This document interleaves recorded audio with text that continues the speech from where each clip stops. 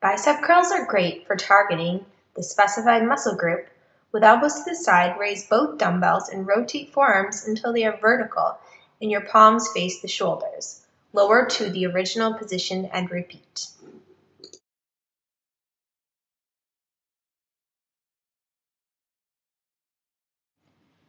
We can regress the dumbbell curl by using a barbell. By making sure the client fully extends their elbows, we can also ensure that tension releases after each curl. I replaced the original dumbbells with a barbell of the exact same weight. This gives the client a little more stability with each lift. You can also increase the base of support by widening the stance, which also increases stability. You can increase the intensity of a bicep curl by increasing the load, or you could also change the angle of attack, slow down the movements, or target one arm at a time. These are all ways that you can progress the basic dumbbell curl. The preacher curl, as I'm demonstrating here, concentrates on contracting just one set of the biceps with a full range of motion.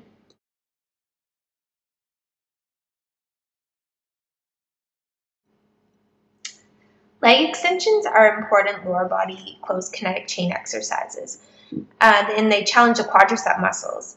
So standing leg extensions, they actually help to strengthen and tone the muscles as well as improve your balance.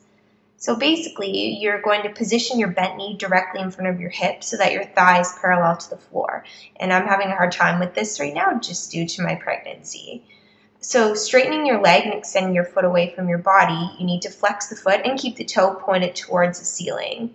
You can return the foot to the floor if you want, or keep it lifted as you complete the reps. Either way works. A client can still perform leg extensions at a less intense level, and you do this by incorporating a chair. So leg extensions are done in pretty much the same way as the standing extensions, but instead you are in a seated position. So although gravity and balance still play a role in helping to simplify this exercise, it's really important to note that leg extensions are actually easier for the client now due to a change in the base of support. So what we've done is made the base of support wider, which gives the client a lot more stability when completing this exercise, because you're able to maintain your posture and resist external forces, and I guess most importantly, keep the strength and target the appropriate muscles too.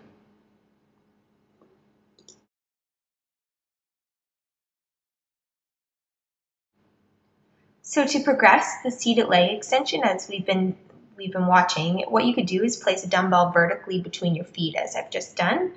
You can add weight to this exercise. It's going to help build muscle quicker, just basically due to a greater resistive force than you had before. Unfortunately, if you're holding the dumbbell like this, it doesn't really allow you to work the legs individually. So I guess if you wanted to work your legs individually, you could get Velcro ankle weights, and this would really help with that.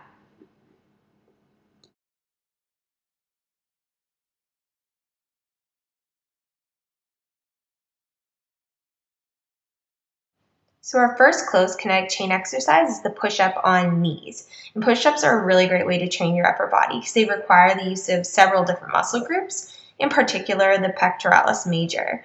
And I guess your triceps and deltoids are also larger muscle groups that are worked here. So as I'm doing, and you can see here, you can lie prone to the floor with your hands slightly wider than your shoulder width, and you're going to lower the body by bending your arms and then pushing back up. So we kind of use this as a happy medium push-up training, particularly for female clients who haven't really built up the necessary upper body strength and core stability to perform it in the plank position. And my core stability is lacking right now, so this is a little tough. One of the best ways to modify or regress push-ups in order to make them easier for a client is to reduce the overall resistance. So you could actually use a staircase or a bench to increase the incline. Or for some clients, like I'm showing right here, just beginning with their training, you can even start with a wall push-up. So we're completely changing the line of gravity now to balance out the front and back portions of the body, despite that slight lean into the wall. Basically, the external force of my body here due to gravity is lessened to a far greater extent in this position, because I'm not really forcing or pushing as much weight as before.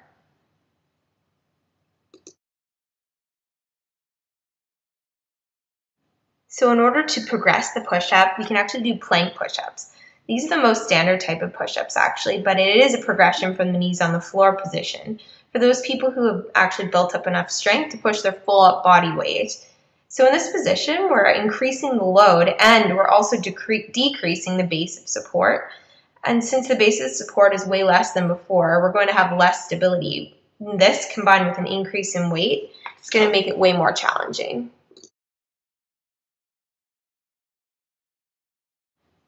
So squats are also another closed kinetic circuit exercise that work multiple muscle groups, specifically your quadriceps, hamstrings, and glutes. So what you're going to do is plant your feet a little more than shoulder width apart and sit back as if you were going to sit down on a chair. The goal here is for your hamstrings to someday become parallel with the floor.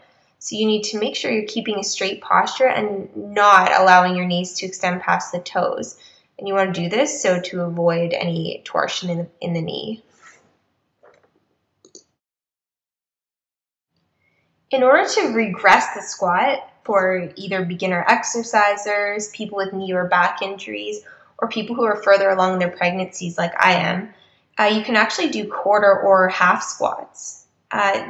You're basically going to target the major muscle groups still. However, you're going to significantly decrease the range of motion, which makes it easier.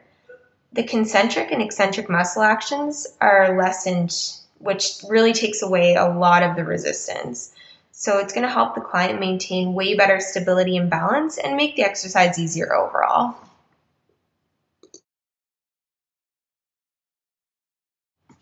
So the pistol squat is an intensified version of a squat, and it targets the muscles within a single leg. So this is a progressive modification because now you actually only have one lever instead of two. So you're going to have way more compressive force than you had before. So basically here, I've altered a lot.